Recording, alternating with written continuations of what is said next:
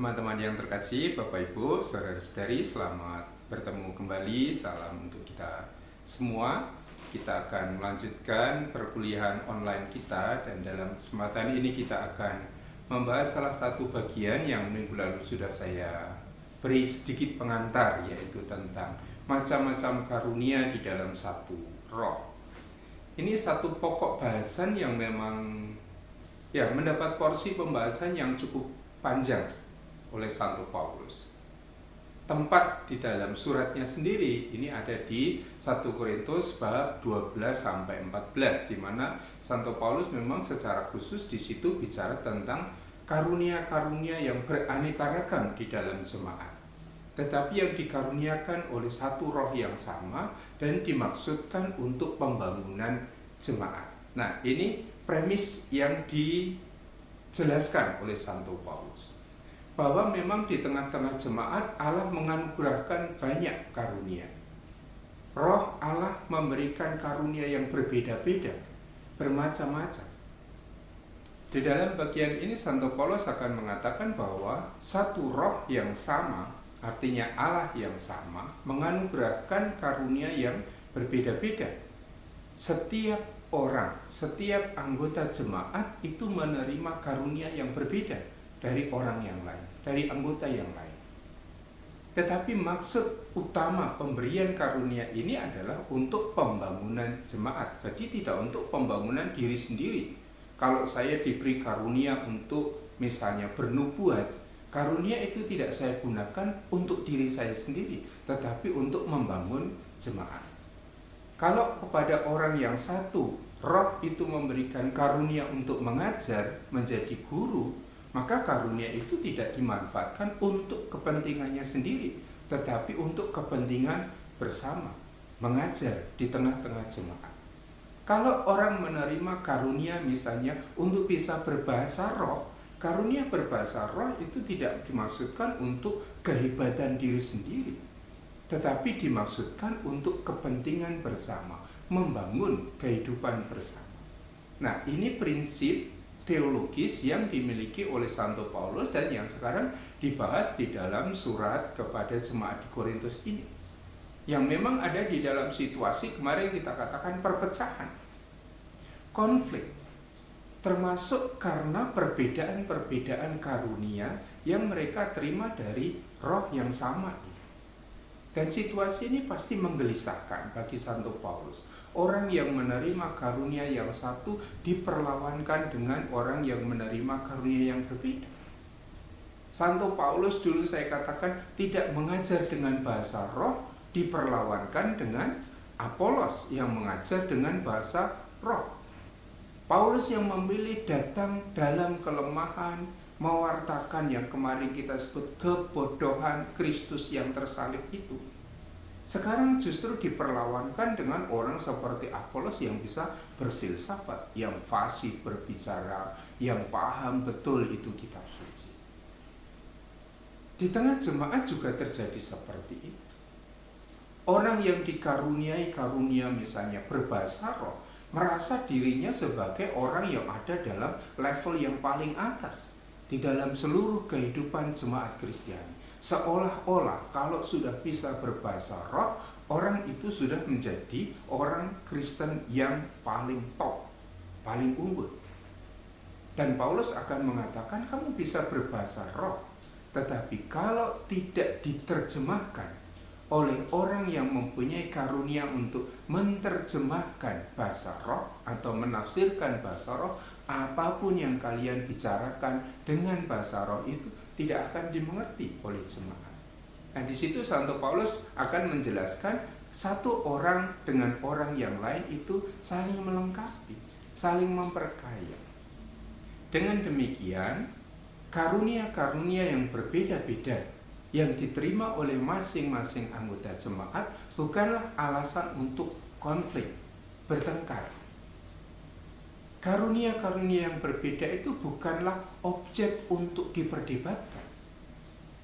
Karena karunia yang bermacam-macam itu dikaruniakan oleh satu roh yang sama dan dimaksudkan untuk perkembangan kehidupan jemaat bersama. Sehingga orang di dalam jemaat itu, di dalam komunitas itu justru diharapkan untuk saling berkontribusi, mempunyai sumbangsih dalam hidup bersama atas dasar karunia-karunia yang berbeda-beda.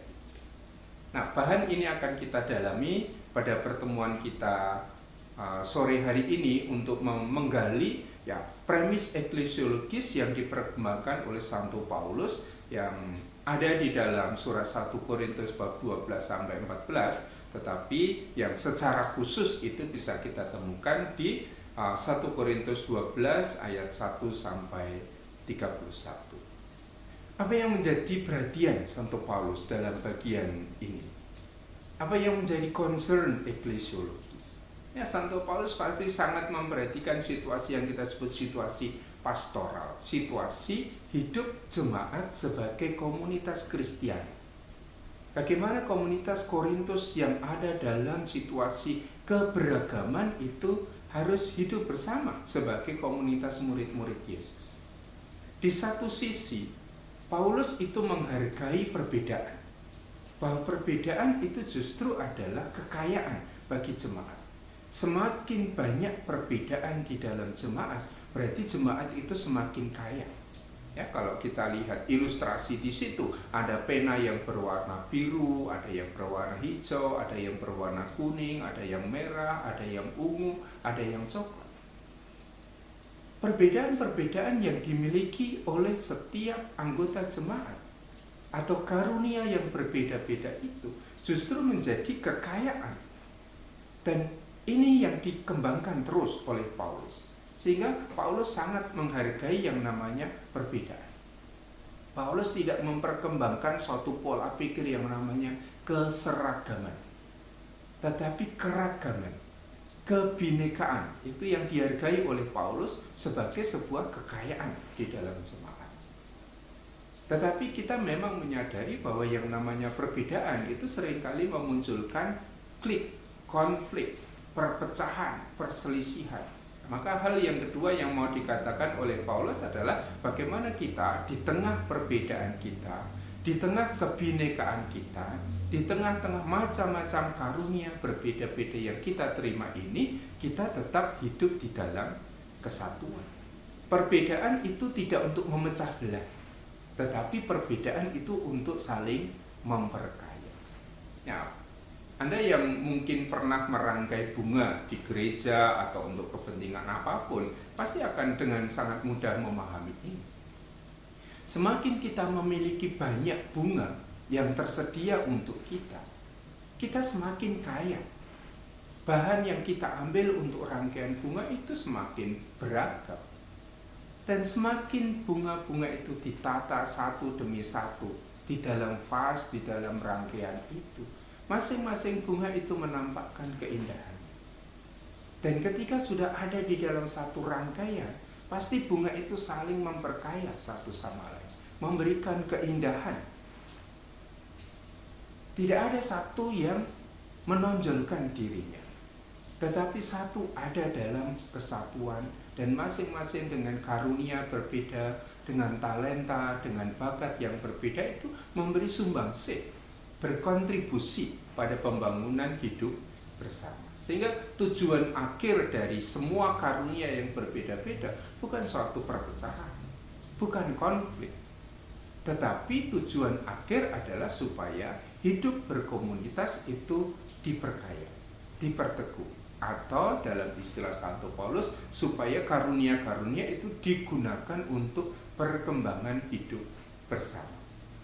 Nah, dua hal yang akan kita cermati di dalam bagian ini adalah Santo Paulus sangat menghargai perbedaan karunia yang ada dalam diri masing-masing anggota. Sekaligus Santo Paulus menekankan supaya orang mempergunakan karunia-karunia itu bukan untuk kepentingan dirinya sendiri, tetapi untuk kepentingan bersama, untuk membangun komunitas hidup Kristiani ini sebagai satu jemaat yang hidup dengan cara hidup yang khas, yang meskipun berbeda-beda tetapi tetap bisa membangun suatu kekokohan. Nah, kalau ini kita terapkan dalam hidup kita sebagai warga negara Indonesia, kita memiliki prinsip Bhinneka Tunggal Ika, berbeda-beda beragam, tetapi tetap menjadi satu. Nah, dalam bagian ini Paulus mau mengatakan bahwa kemajemukan itu sudah merupakan ciri khas jemaat Kristiani sejak awal mula keberadaan jemaat itu. Bahwa sebuah komunitas Kristiani memang beranggotakan anggota-anggota yang berbeda satu sama lain. Tetapi perbedaan ini memperkaya. Sehingga kalau orang menghilangkan keragaman, menghilangkan kebinekaan, lalu menyeragamkan segala sesuatu, orang sebetulnya justru menghilangkan kekayaan yang ada di dalam jemaat itu. Tentu saja Paulus menyadari bahwa yang namanya perbedaan itu di satu sisi bisa menimbulkan benturan, ya, pertentangan, konflik, bisa menjadi alasan untuk bertengkar dan berselisih satu sama lain. Tetapi perbedaan itu di sisi lain menyediakan energi dinamis untuk gerak hidup komunitas. Semakin banyak perbedaan, memang semakin banyak hal yang harus kita tangani. Ya, semakin banyak ide, semakin banyak usulan, semakin banyak pemikiran, ini pasti memperkaya, tetapi memang harus ditangani dengan baik. Ya, harus dikonsolidasikan dengan baik juga, harus ditata supaya perbedaan itu tidak memunculkan efek yang merugikan, memecah belah, memunculkan perselisihan, tetapi justru menjadi daya gerak hidup komunitas yang dinamis. Ya, semakin orang itu diperkaya atau komunitas itu diperkaya dengan talenta yang berbeda-beda, kemampuan, kecakapan yang berbeda-beda, komunitas itu sebetulnya semakin diberi banyak bahan bakar untuk bisa bergerak lebih jauh daripada komunitas yang hanya memiliki sedikit karunia atau sedikit talenta. Kata yang digunakan oleh Paulus untuk berbicara tentang karunia ini adalah karisma. Dan kata ini merupakan istilah khas dalam vocabulary atau dalam kosakata Paulus. Artinya pada zaman itu kata ini tidak banyak dipergunakan oleh para penulis Yunani yang sejaman dengan Paulus. Maka boleh dikatakan Pauluslah yang mengeksplorasi kata ini, yang memberi makna khas pada kata ini. Ya, kita ingat ya, Paulus juga memberi arti khas pada yang namanya Injil. Ya, Injil yang dalam pemahaman waktu itu adalah kabar gembira, kabar sukacita. Oleh Paulus sudah digunakan menjadi istilah teknis untuk menyebut kabar sukacita tentang Yesus yang wafat, disalib dan bangkit.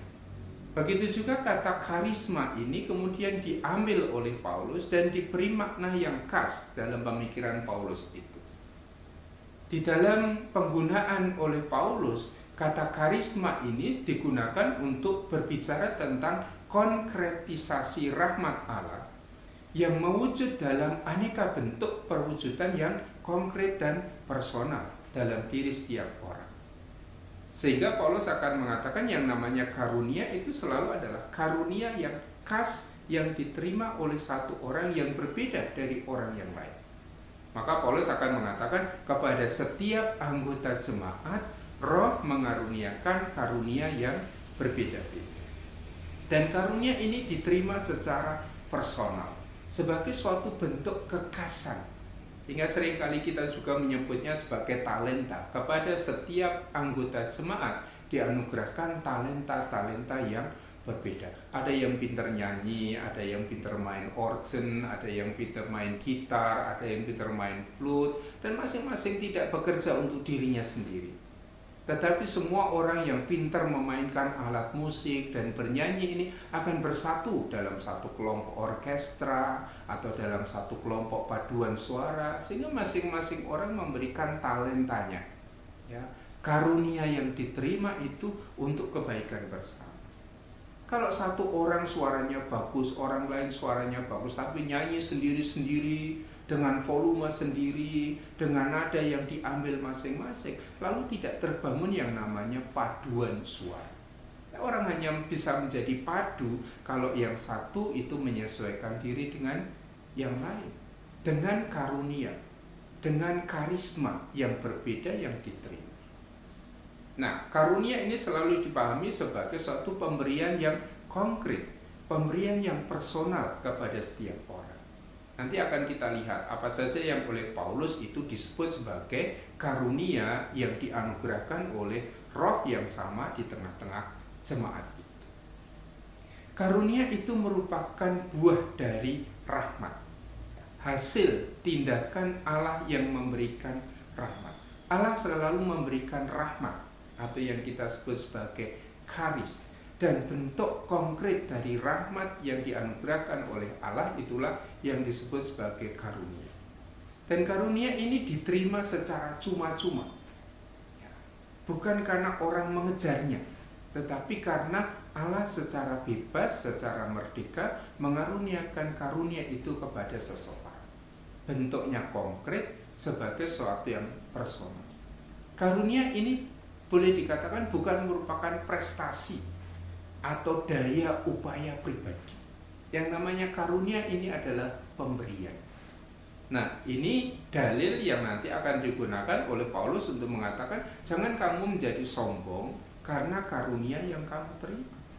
Karena karunia itu bukan hasil jerih payahmu, bukan wujud bahwa kamu berprestasi, bukan hasil dari daya upayamu untuk mengusahakannya, tetapi karunia itu semata-mata adalah pemberian cuma-cuma dari Allah.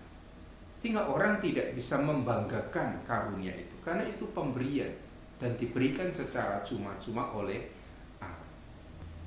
Apa yang menjadi bentuk-bentuk karunia yang dimaksudkan oleh Paulus, misalnya yang saya daftar di situ, ada hidup wadat, tidak menikah. Ini bagi Paulus ini adalah suatu karunia. Ya, rahmat yang diberikan secara konkret bagi seseorang secara personal. Sehingga mungkin bagi satu orang yang menerima rahmat ini, hidup wadat, hidup tidak menikah itu adalah keutamaan. Bagi orang lain mungkin tidak dianggap seperti itu. Ya, sekarang ini para romo, para bruder, suster itu masih hidup selibat yang diterima sebagai rahmat dari Allah. Tetapi ada umat anggota jemaat kita yang tidak hidup dalam jalan hidup selibat ini. Maka rahmat ini diterima secara personal. Ya, yang belum pasti itu diterima oleh orang lain. Karunia yang lain misalnya yang disebut oleh Paulus, yang dialaminya, dibebaskan dari penjara dan dari kematian berkat doa jemaat. Maka doa-doa jemaat itu dialami oleh Paulus sebagai kekuatan yang membebaskan dia dari penjara, dari kematian. Karunia lain yang diterima oleh manusia, oleh jemaat itu adalah dibenarkan oleh iman. Nah, ketika kita membahas surat Galatia ini, kita sudah membahas panjang lebar soal ini, bahwa orang itu dibenarkan karena iman, diselamatkan oleh iman. Sehingga yang namanya keselamatan itu adalah berkat, pemberian, karunia cuma-cuma yang diberikan oleh Allah karena iman akan Yesus. Kehidupan abadi atau hidup kekal itu juga menurut Paulus itu adalah karunia yang diberikan oleh Allah bagi setiap orang. Dan ada beberapa hak khusus, privilegi yang dimiliki oleh Israel yang oleh Paulus itu disebut sebagai karunia. Bahwa mereka itu disebut sebagai anak-anak Allah itu adalah karunia. Bahwa mereka mempunyai kemuliaan sebagai suatu bangsa itu adalah karunia. Bahwa mereka diikat dalam satu perjanjian dengan Allah. Perjanjian dengan Allah itu adalah karunia. Mereka punya hukum, punya Taurat, itu juga adalah pemberian, karunia dari Allah. Janji yang dinyatakan oleh Allah kepada nenek moyang, kepada Abraham misalnya, itu diberikan bukan karena Abraham sudah berprestasi, tetapi semata-mata karena Allah yang secara cuma-cuma memberikan karunia itu kepada Abraham. Dan janji yang diberikan oleh Allah kepada Abraham itulah yang dinikmati oleh anak keturunannya. Di 1 Korintus 12 ketika Paulus bicara tentang macam-macam karunia ini, Paulus mengatakan ada rupa-rupa karunia tetapi satu roh. Karunia yang diterima oleh jemaat misalnya kata-kata hikmat dan kata-kata pengetahuan, berfilsafat, itu adalah karunia. Dan karena itu karunia, orang tidak boleh sombong. Orang tidak boleh memegahkan diri atas karunia itu. Karena karunia itu pemberian cuma-cuma dari Allah. Ada iman, ada penyembuhan yang bisa muncul karena iman itu. Itu adalah karunia. Orang bisa melakukan mukjizat, orang bisa bernubuat, orang bisa melakukan pembedaan roh. Mukjizat, nubuat, pembedaan roh itu adalah karunia dari Roh Kudus. Kalau orang bisa berbicara dalam bahasa roh, itu juga karunia. Tetapi juga ada orang yang diberi karunia untuk bisa menafsirkan bahasa roh, sehingga bahasa roh yang digunakan oleh si A bisa diterjemahkan atau ditafsirkan oleh si B, sehingga apa yang dikatakannya dipahami oleh jemaat. Kalau tidak, bahasa roh itu tidak bisa dipahami.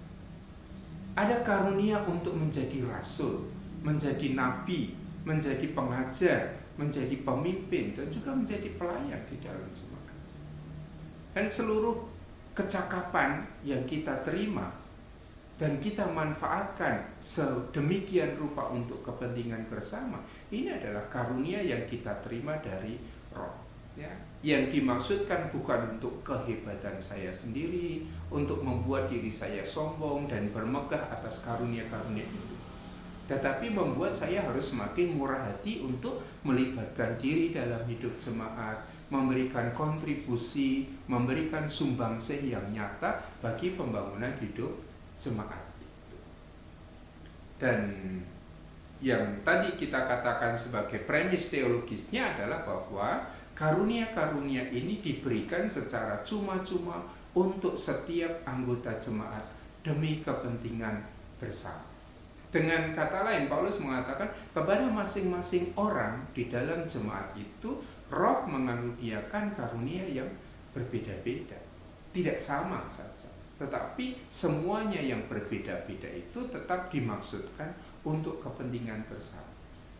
Dan semua karunia yang berbeda-beda itu diberikan oleh satu roh yang sama, sebagai sebuah pemberian cuma-cuma. Lalu tidak ada alasan atau dasar apapun bagi seseorang di dalam komunitas untuk memegahkan diri di atas anggota-anggota yang lain atas dasar karunia yang ia terima. Ya, tadi kan kita mengatakan yang namanya karunia itu adalah pemberian cuma-cuma. Kamu diberi gratis. Dan kalau ini pemberian gratis, maka kamu tidak boleh sombong. Karena ini bukan milikmu, ini adalah pemberian dari roh untuk kepentingan bersama, untuk perkembangan hidup jemaat bersama. Bahkan anggota-anggota yang tidak mulia pun diberi penghormatan khusus, supaya jangan terjadi perpecahan dalam tubuh, tetapi supaya anggota-anggota yang berbeda itu saling memperhatikan. Nah, Paulus sudah mulai menggunakan metafor atau gambaran tentang tubuh yang juga digunakan oleh Tuhan Yesus, bahwa tubuh kita ini memiliki bagian yang berbeda-beda, dan masing-masing bagian itu mempunyai fungsi peranan yang berbeda-beda. Tetapi fungsi yang berbeda-beda, peranan yang berbeda-beda itu jangan memunculkan perpecahan, tetapi justru supaya yang satu memperhatikan yang lain. Kalau kepala saya itu rasanya gatal atau saya merasa gatal di kepala, lalu kepala saya itu tidak bisa buat apa-apa, tetapi otak mungkin akan menyuruh tangan untuk lalu menggaruk kepala saya. Maka bagian-bagian ini sebetulnya Yesus sudah memberi contoh bahwa kita ini satu tubuh dengan sekian banyak anggota yang memang harus saling menjaga, harus saling memperhatikan satu sama lain. Dan dengan menggunakan metafora tubuh, perumpamaan tentang tubuh itu, Paulus sebetulnya tidak bicara tentang subordinasi satu anggota kepada anggota yang lain, ya, menguasai anggota-anggota. Tetapi justru bicara tentang kolaborasi, tentang keanekaragaman dan saling ketergantungan. Bahwa satu bagian tubuh itu bergantung pada anggota tubuh yang lain. Keanekaragaman karunia memiliki tujuan yang sama, yakni untuk memajukan kesatuan dan solidaritas jemaat beriman karena roh yang sama yang menganugerahkan karunia-karunia itu adalah prinsip koinonia. Siapa yang mengikat jemaat itu dalam satu kesatuan itu adalah roh yang sama. Sehingga semua karunia itu pasti dimaksudkan untuk membangun kesatuan jemaat. Tidak mungkin satu roh yang sama memberikan karunia yang berbeda-beda supaya anggota-anggota jemaat itu pecah, berselisih, berlawanan satu sama lain. Semua karunia itu diberikan supaya anggota-anggota jemaat itu hidup dalam kesatuan. Dan ini sangat konkret dalam jemaat Korintus yang dihadapi oleh Paulus waktu itu, yang memang sedang hidup dalam perselisihan, dalam konflik yang seringkali berlarut-larut. Yang konfliknya sudah mulai kita lihat, konflik kaya dan miskin, konflik perguruan, konflik mungkin etnis, dan ini membuat mereka tidak bisa bersatu. Sekian banyak karunia yang diterima oleh anggota-anggota jemaat tidak membuat mereka bersatu padu hidup sebagai jemaat, tetapi malah membanggakan dirinya sendiri, membanggakan karunianya sendiri. Dalam pertemuan minggu lalu kita sebut sebagai mengibarkan bendera kita masing-masing. Sementara yang dimaksudkan oleh roh yang memberi karunia-karunia yang berbeda itu adalah justru karunia itu dimanfaatkan untuk kepentingan bersama, untuk pembangunan jemaat. Nah, maka sekat-sekat etnis, sekat religius, latar belakang sosial yang berbeda telah hilang kekuatannya. Ketika orang sudah menjadi orang Kristen, sudah menjadi anggota jemaat, maka tidak ada lagi orang Yahudi, tidak ada lagi orang Yunani, tidak ada lagi Buddha, tidak ada lagi orang merdeka. Semua disatukan di dalam satu ikatan kesatuan yang sama. Memang di dalam anggota jemaat itu ada orang yang berasal dari kelompok Yahudi, ada yang berasal dari kelompok Yunani. Memang di tengah-tengah jemaat itu ada orang yang berasal dari kelompok yang kaya, ada yang berasal dari kelompok yang miskin, ada yang memang pinter, terdidik, berpendidikan kelas tinggi, ada yang memang mungkin kelas pekerja yang tidak berpendidikan. Semua yang ada di dalam jemaat yang terwujud di dalam keanekaragaman, kebinekaan itu tadi harus dihargai, harus diakui. Ada sekian banyak perbedaan di tengah-tengah jemaat, tetapi perbedaan-perbedaan itu tidak perlu membuat jemaat harus terpecah belah. Karunia-karunia yang berbeda diberikan untuk kebaikan bersama, dan karunia-karunia itu diberikan oleh roh yang sama seturut kehendaknya. Dalam cara berpikir ini, lalu orang tidak perlu mempertentangkan karunia yang diterima. Yang utama itu bukan besar kecilnya karunia yang diterima. Yang utama adalah daya pertumbuhan yang disumbangkan oleh masing-masing orang dalam kehidupan komunitas. Kalau orang punya banyak talenta, ya, kita menyebutnya multi talent, bakatnya banyak, tetapi semua digunakan untuk dirinya sendiri, lalu itu tidak sejalan dengan maksud pemberian karunia. Karena semua karunia itu diberikan secara pribadi kepada saya dengan maksud supaya saya bisa berkontribusi, menyumbang pada kehidupan bersama. Oleh karena itu, karunia yang digunakan untuk diri sendiri, kepentingan diri sendiri, keuntungan diri sendiri, itu tidak sesuai dengan maksud pemberiannya. Saya menerima karunia supaya saya bisa membagikan karunia itu kepada orang lain. Contohlah, saya menerima karunia dari Allah untuk belajar kitab suci. Dan apakah kemudian kecakapan itu saya gunakan untuk diri saya sendiri? Lalu untuk apa kalau begitu? Bukankah keuskupan menugaskan saya untuk belajar supaya pada akhirnya saya bisa membagikan apa yang sudah saya pelajari ini? Sehingga kita semua tidak harus semua orang pergi ke Roma belajar di sana. Satu orang belajar ke sana, ketika dia pulang dia membagikan karunia yang sudah dia terima. Apakah saya bisa bersombong-sombong, oh saya ini dosen kitab suci loh, saya belajar ke Roma loh? Nah, karena tanpa keuskupan yang mengutus saya tidak akan pernah sampai ke Roma. Maka ini pun adalah karunia. Diberi kesempatan untuk belajar, ini adalah karunia personal yang saya terima.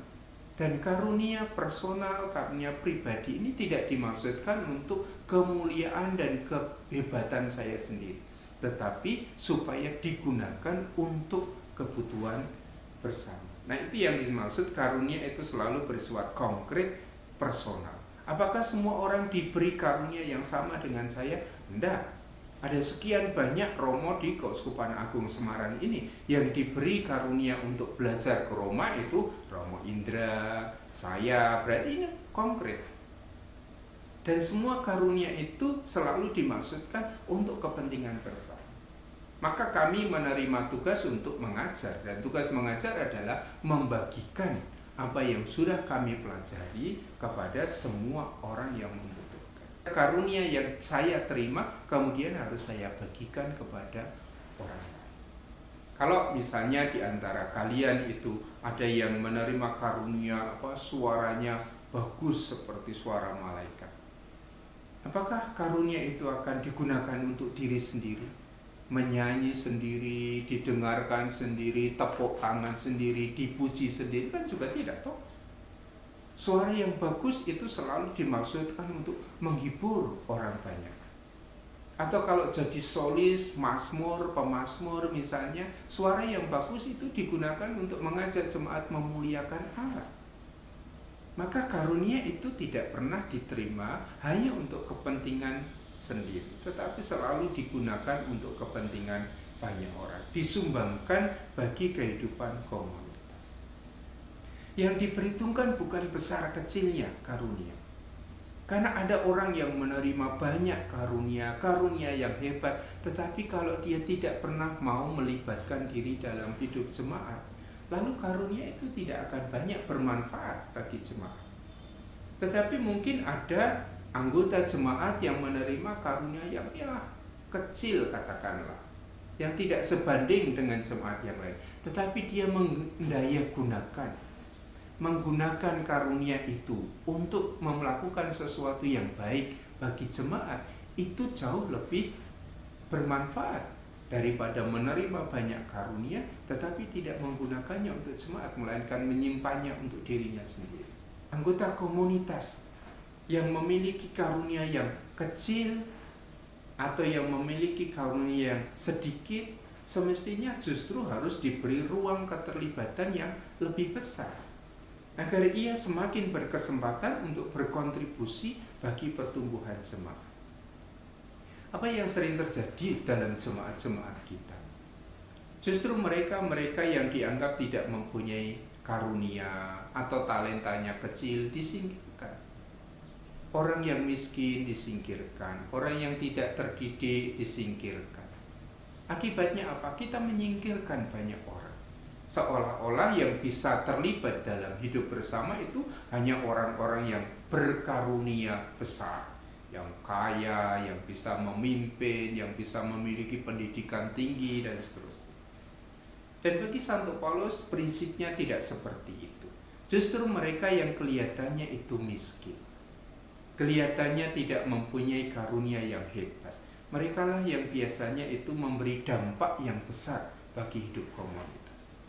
Karena mereka menyediakan dirinya, juga karunia, talenta-talenta yang mereka miliki disumbangkan untuk kehidupan bersama. Sehingga tadi kita katakan yang paling penting itu bukan besar kecilnya karunia, tetapi seberapa besar kontribusi, sumbangsih yang saya berikan untuk hidup bersama di dalam jemaat kita. Nah, di dalam tradisi gereja kita mengenal ada sekian banyak karunia. Ya, ada karunia hidup religius, karunia selibat, karunia hidup monastik, hidup kontemplatif, hidup apostolik aktif, atau hidup sebagai imam, atau juga karunia hidup berkeluarga. Masing-masing karunia itu diterima secara khas. Tidak semua orang menerima karunia hidup imamat. Ya, dari sekian banyak orang yang masuk seminari, yang sejak awal itu mengharapkan saya pengen menjadi imam, tidak semua itu ditahbiskan. Orang juga tidak harus menjadi imam. Menghayati hidup sebagai pasangan suami istri itu juga adalah karunia yang diberikan oleh Allah. membangun kekuatan sebuah keluarga yang kokoh atas dasar cinta yang sejak awal dinyatakan dalam suka dan duka, dalam untung dan malang, dalam sehat dan sakit. Itu adalah karunia. Tanpa campur tangan Allah, orang tidak bisa bertahan dalam suka dan duka, dalam sehat dan sakit, dalam untung dan malang.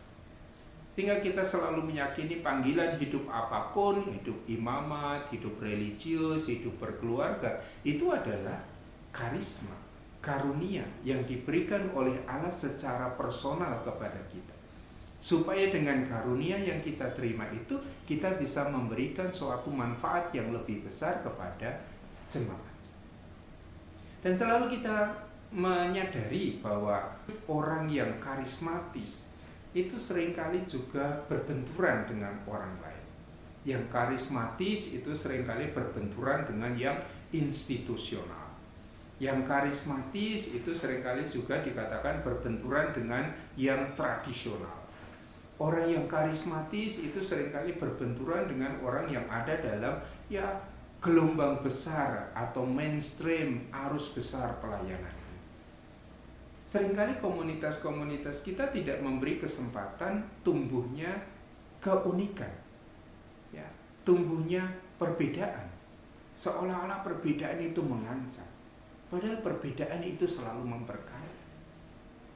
Saya selalu mengatakan kalau kita membaca Injil itu, kalau halnya yang sama saja yang dibaca, kita tidak dapat mengamati suatu kekayaan. Tetapi kalau kita mencermati perbedaan antara satu Injil dengan Injil yang lain, perbedaan itulah yang sebetulnya memunculkan kekayaan renungan, kekayaan refleksi yang ada di dalam masing-masing buku.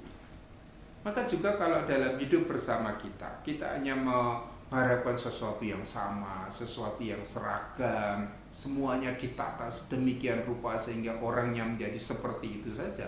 Mungkin komunitas kita tidak akan menjadi komunitas yang kaya.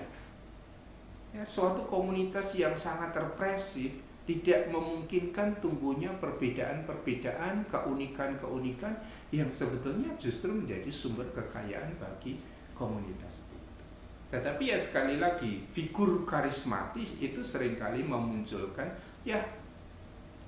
rasan-rasan, atau mungkin memunculkan kritik, penolakan dari orang lain.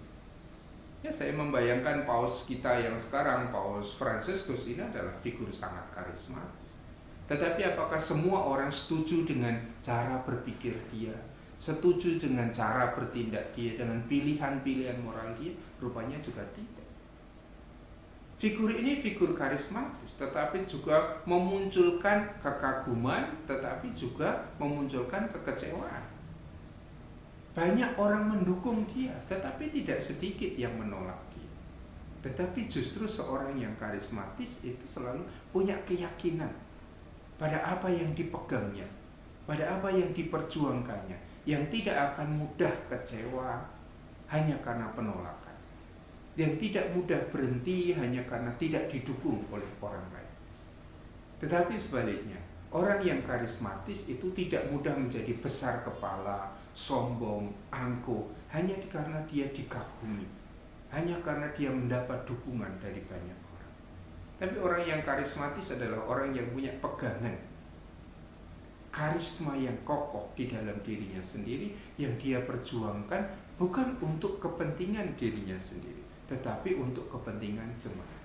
Kan semua karisma yang diterima oleh pribadi tidak dimaksudkan untuk kehebatan pribadi itu sendiri, tetapi untuk kepentingan hidup jemaat, pembangunan hidup bersama.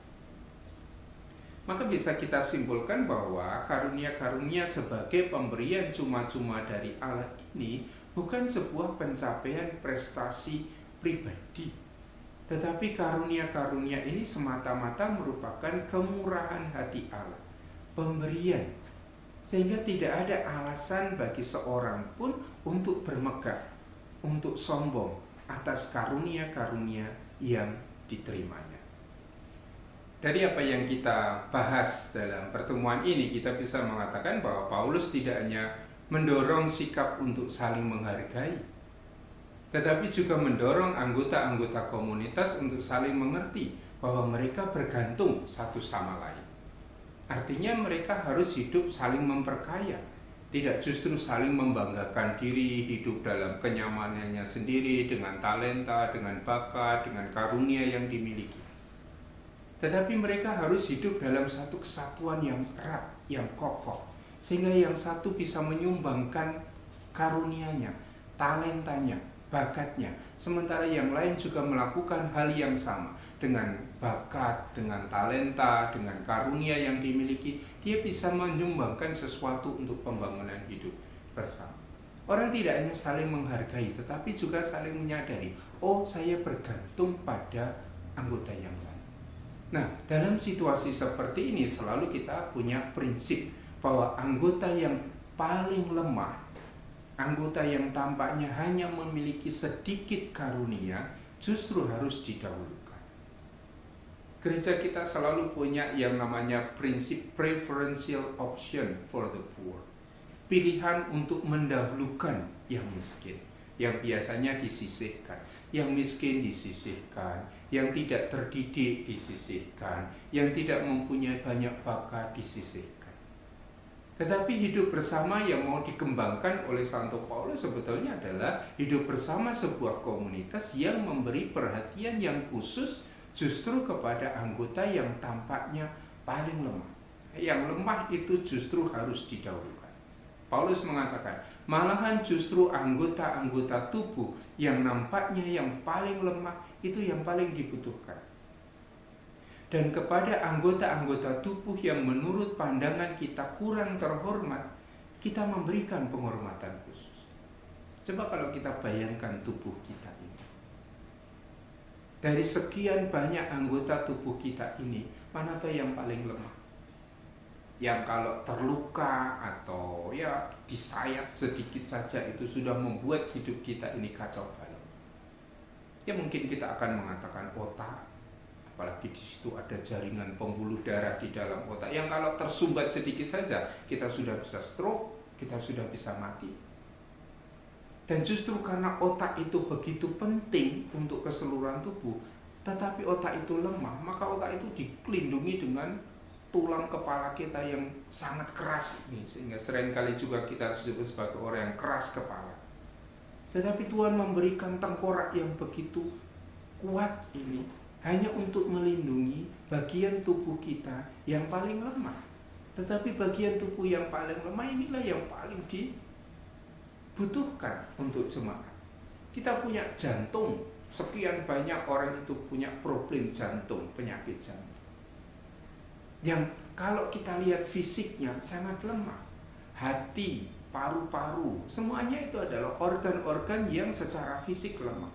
Maka oleh Tuhan dilindungi sedemikian rupa dengan tulang iga kita ini. Dan Paulus membayangkan itu, yang paling lemah justru yang seringkali memberi dampak yang paling hebat untuk komunitas. Maka kalau orang menyingkirkan yang lemah, orang menyingkirkan yang tidak bertalenta, yang dianggap ya kamu orang yang tidak punya banyak arti di dalam hidup komunitas, seringkali orang justru menyingkirkan suatu daya kekuatan yang besar bagi komunitas. Yang paling lemah itu justru paling dibutuhkan. Yang seringkali kita anggap sebagai bagian tubuh yang tidak terhormat, itu malah kita beri penghormatan khusus, kita beri perlakuan khusus. Ya, kalau kita punya bagian tubuh yang kita anggap itu memalukan kita, justru kita beri perhatian khusus kan. Yang kita sebut sebagai kemaluan itu selalu diberi perhatian khusus, pakaiannya pun khusus. Nah, ini gambaran yang mau dikatakan oleh Paulus.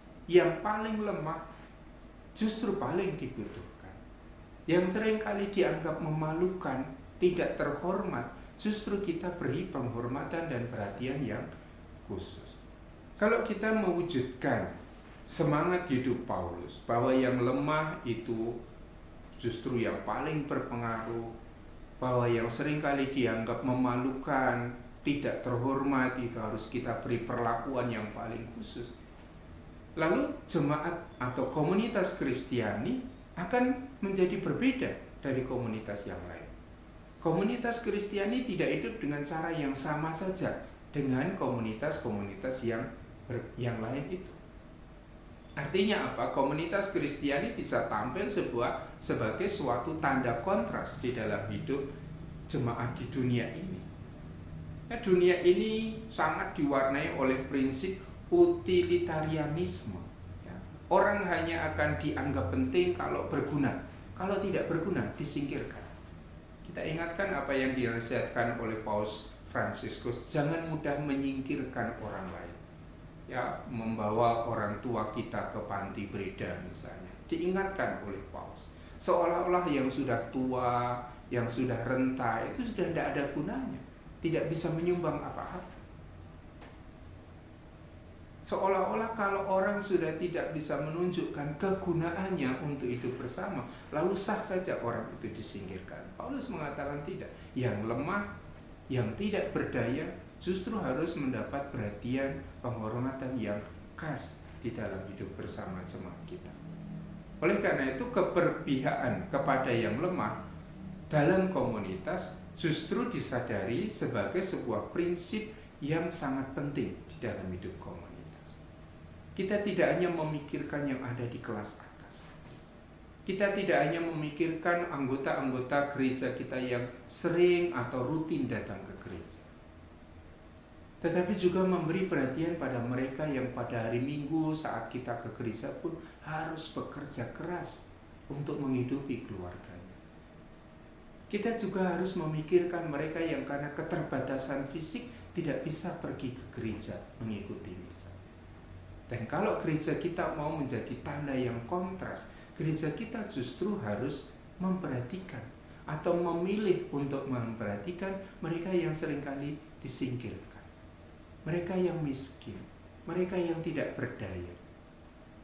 Maka selalu kita didorong oleh Paus Fransiskus supaya kita menjadi gereja yang keluar, bergerak, mencari ke jalan-jalan, supaya kita berjumpa dengan banyak orang yang membutuhkan, yang miskin, yang disisihkan, yang kehilangan pekerjaan, yang hari-hari ini ada dalam kegelisahan karena tidak bisa menjamin kehidupan keluarga. Dan hari ini, saat-saat ini menjadi saat-saat yang konkret untuk kita, supaya kita sebagai komunitas murid-murid Yesus ini memang menjadi komunitas yang menampilkan tanda kontras.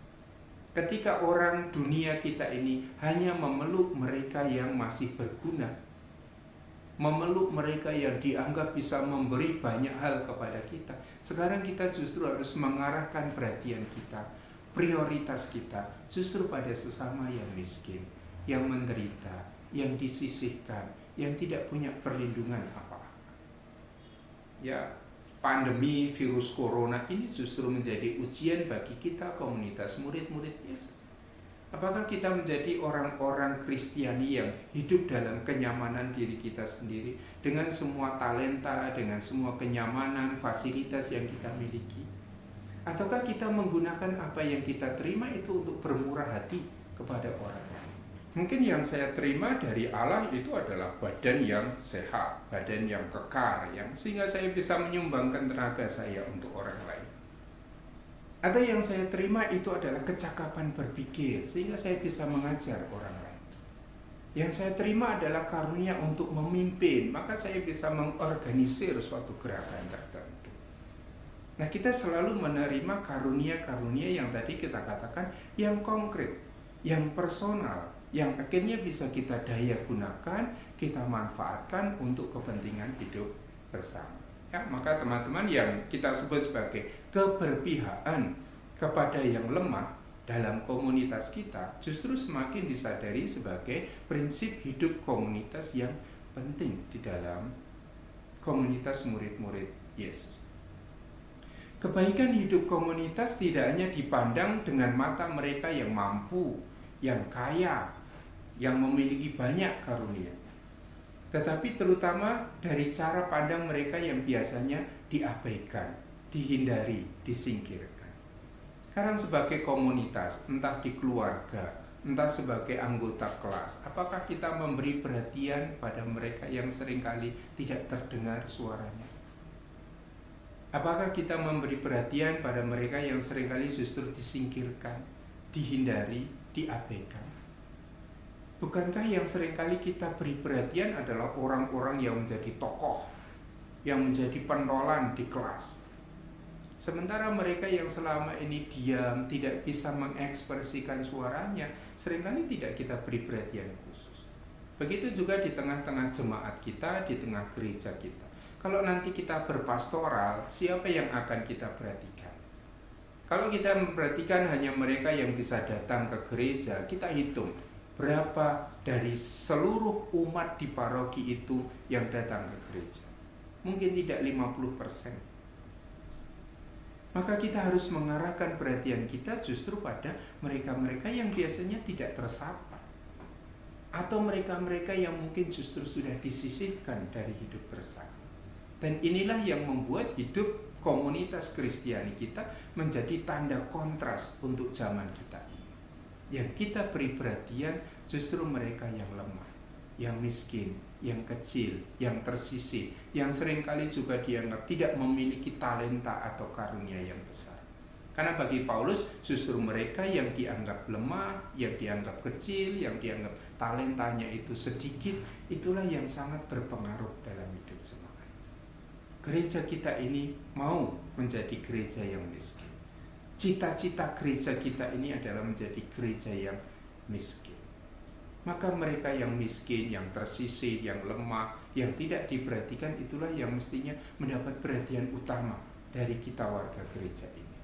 Semakin komunitas kita menghargai satu anggota dengan anggota yang lain, memberi kesempatan keterlibatan yang lebih besar bagi saudara-saudara kita yang kecil, maka komunitas kita ini akan semakin tumbuh sebagai sebuah komunitas karismatis.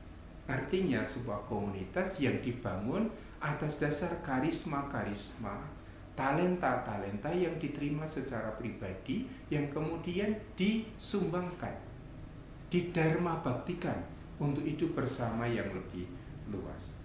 Nah, ini teman-teman yang bisa kita bahas dalam pembahasan dalam pertemuan kita ini ya, di akhir dari pembahasan surat 1 Korintus.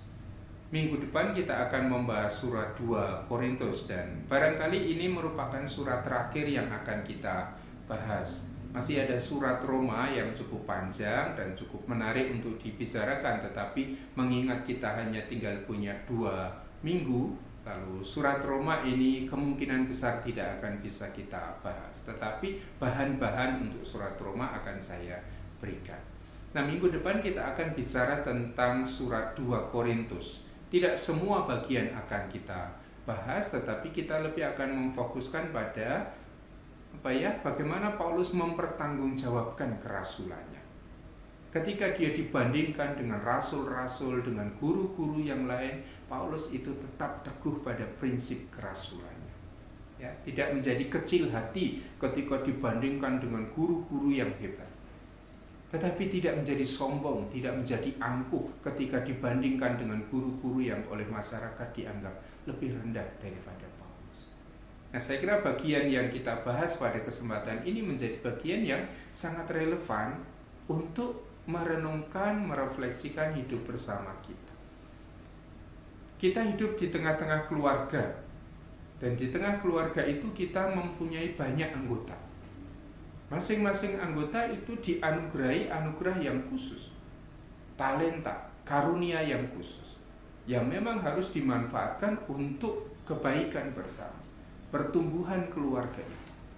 Di kelas kita punya banyak anggota, dan masing-masing juga mempunyai karunia yang berbeda-beda. Maka juga di kelas itu kita dipanggil, kita didorong untuk saling menyatukan diri demi pembangunan hidup bersama, demi kemajuan kita bersama. Begitu juga di komunitas gereja kita. Maka teman-teman, Bapak Ibu, terima kasih untuk perhatian kita dan keikutsertaan kita dalam kuliah online pada sore hari ini. Di sini saya sudah mendengar sirine masjid, itu berarti sudah tanda bahwa kita harus berbuka puasa. Maka selamat melanjutkan aktivitas, semoga Tuhan memberkati kita semua dan kita bertemu minggu depan. Terima kasih.